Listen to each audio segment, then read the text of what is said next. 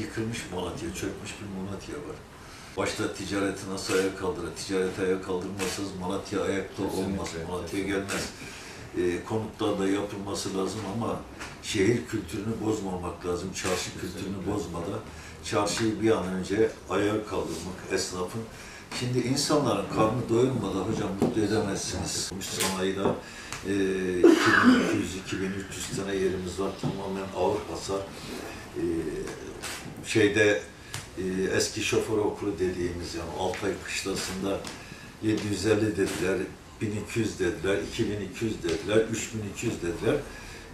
Sonuç ne olduğu da daha belli değil ama bugün insanların hepsi de Allah göstermesin 5 noktanın üzerinde bir daha deprem bu bölgeye vurursa insanların çoğu bu enkazın altında kalacağında büyük bir endişemiz var. Geçen bir yer yıkıldı. Evet, orada 6 tane yerimiz çöktü.